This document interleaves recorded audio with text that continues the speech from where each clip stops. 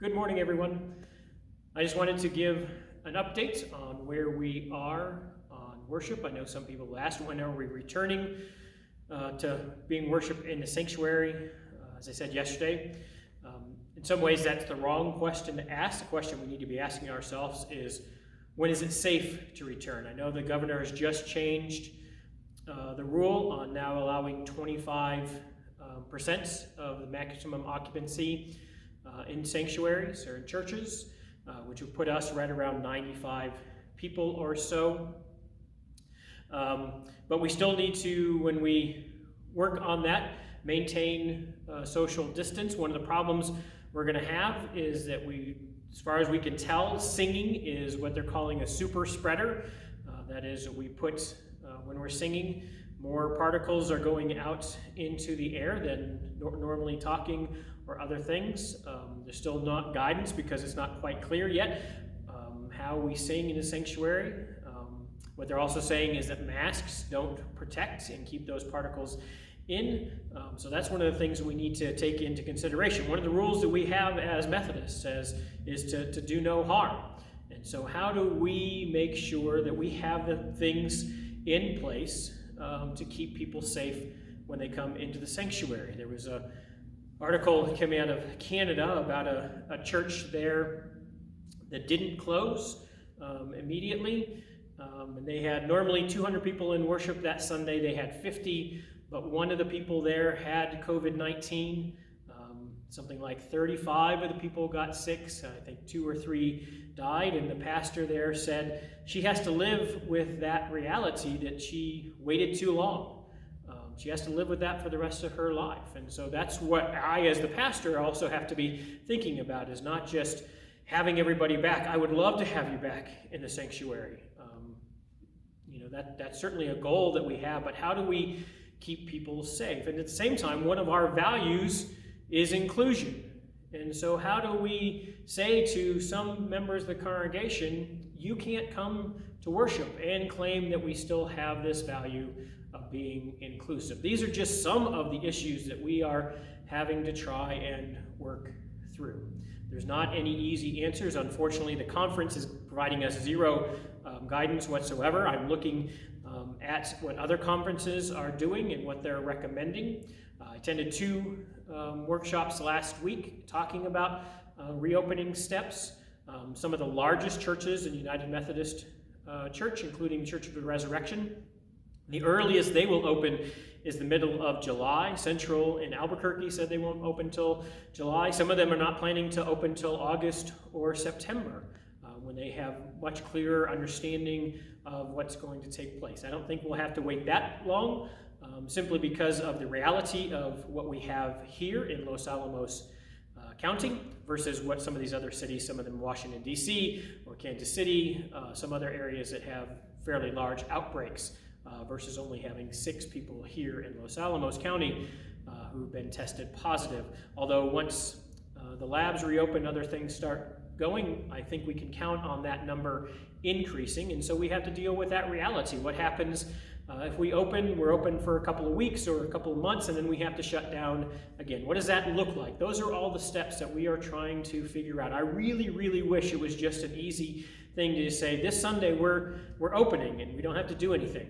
But we need to mark off pews, figure out where people can sit in order to keep social distancing. We will require people to wear masks when they come back into worship. We won't be passing offering plates. We won't be doing the greetings. The ushers won't be handing out worship guides. They'll be put into the pews where people are sitting. We won't have coffee hour. There are a lot of things that we've sort of taken for granted, at least initially, that we are not going to be able to do when it is possible for people to return to the sanctuary. So we have put together a small task force, and we'll begin doing some work this week. So again, we're looking for guidance. The Baltimore, Washington annual conference, the bishop there is actually somebody I knew when I was in seminary. She was actually my TA in my preaching class. They've done some excellent work on getting churches ready to potentially reopen and what that looks like and the steps to take. So we're taking what other conferences are doing and coming up on our own plan, which we hope to present to the One Board, which will be meeting a week from Tuesday, to talk about what that looks like. The One Board had voted at our last meeting that we would not reopen in worship at least until June 7th. That is still the plan. Again, following new guidelines that we're putting into place, because our goal is to make sure that people are safe. What the county has said is that 44% of cases of people who test positive for COVID-19 had that spread to them by people who are asymptomatic. That is, people who didn't even know they had the disease. So just because we think we're healthy today does not mean that we aren't carriers of it. And the last thing we want to be doing is spreading that amongst the congregation.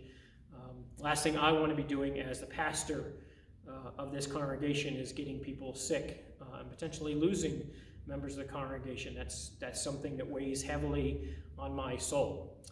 And I hope that you understand those concerns, and you're just as concerned about them as well. I know that many of you are anxious to get back into the sanctuary for worship, but again, leading worship with just a camera in front of me and the people who are assisting is hard work. I'd much rather have you here in worship as well, but we do want to make sure that we are keeping each other safe.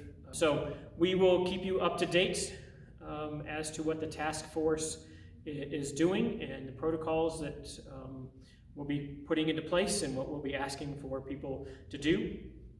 We will continue to live stream services even after the sanctuary is reopened and we're gathering in person for worship. We will still be live streaming. We're working on next steps for that, so we'll be moving on just beyond Facebook to other things, with one of the goals to be able to just stream it straight to our websites or other things. There's some technology we already have in place, some software we need to purchase, and then a learning curve to figure out how this all works. But we're, I'd say, probably 80% of the way right now. I'm in conversation with Dennis and Don, other people, about what that looks like and how we do that, potentially other things that we could do.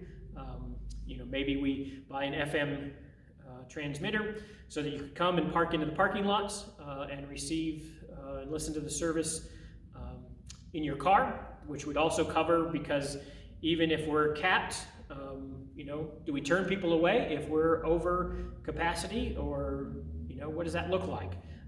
Again, some of the questions we're trying to work out. But we will continue to live stream. That will be something we continue to do.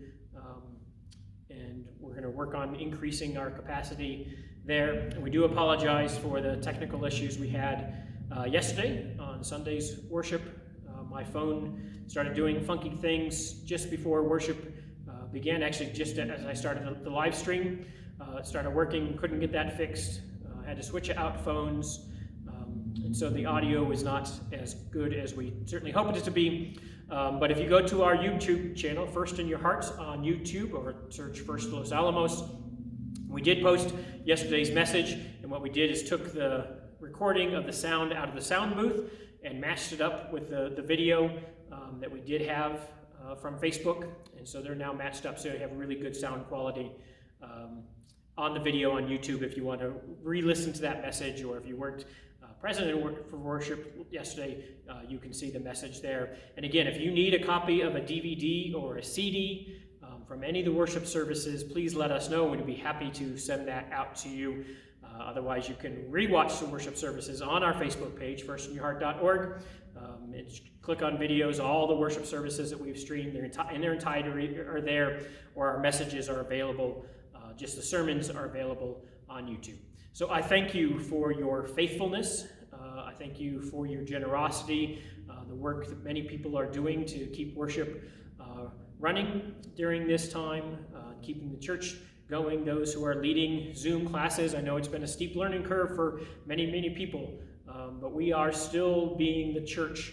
You're hearing stories each Sunday of ways that we are making an impact in our community during this time. This Friday is the food pantry, so if you'd like to volunteer for that, go to Food Depot, search that Santa Fe, and they'll give you links where you can volunteer for this Friday, and they need help in lots of other ways to assist, because we're called to be the church. It's not about what we do here in worship. Worship's incredibly important for what we do. But as we say at the end of Sunday, go and be the church. We are the church because we are making a difference in people's lives, and we continue to do that. So again, thank you for your faithfulness. Thank you for the kind notes that you're sending, not just to me, but to other people who are leading worship and assisting. Thank you for your generosity and continuing to give to the church. Thank you for volunteering. Thank you for making a difference and proclaiming the good news to those who not just in need, but to the entire world.